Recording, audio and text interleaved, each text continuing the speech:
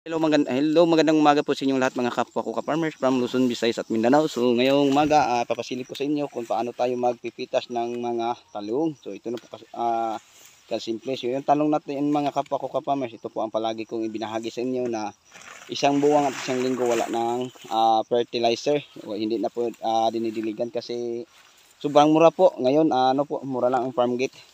So kawawa tayo kung palaging ganyan lang ang presyo, mura lang.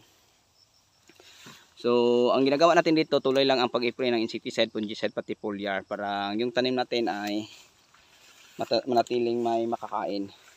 So, kahit may katandaan na po ang ating tanim na talong, marami pa rin tayong makitang mga bunga mga kapwa o ka-farmers no, sa matanda nating talong. So, sobrang dami ang bunga. Oh. Tingnan nyo, mapawaw ka na lang sa dami ng bunga nito.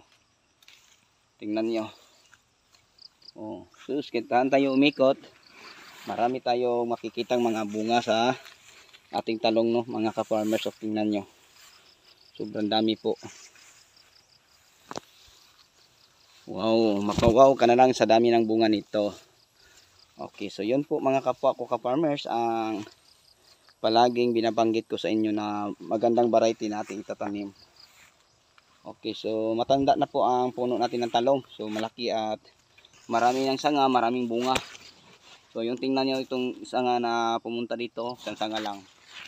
So sobrang daming bunga. So sobrang tangkad na po nito dahil medyo may katandaan na po ang tanim natin na talong. So kung sisilipin natin sa ilalim, pawaw ka na lang sa dami ng bunga nito mga kapwa ko ka-farmers. So sa ngayong umaga, yun lang ang mai-share ko sa mga kasamahan kong farmers.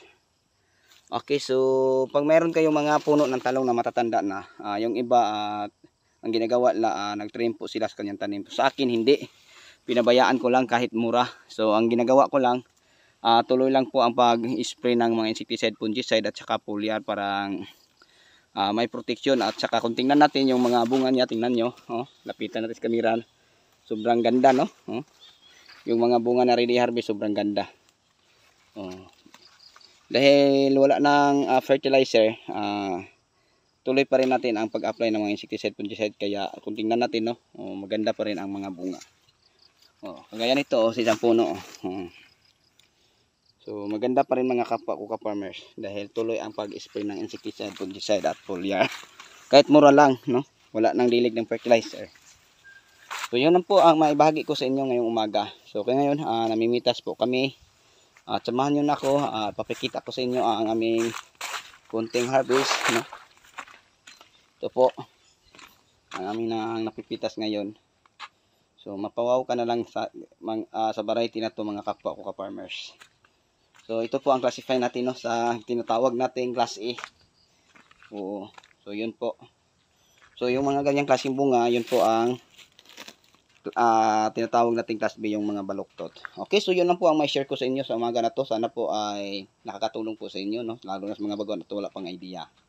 Okay, so hanggang dito na lang. Maraming salamat po sa inyong lahat. God bless at mabuhay po tayong lahat. Bye bye.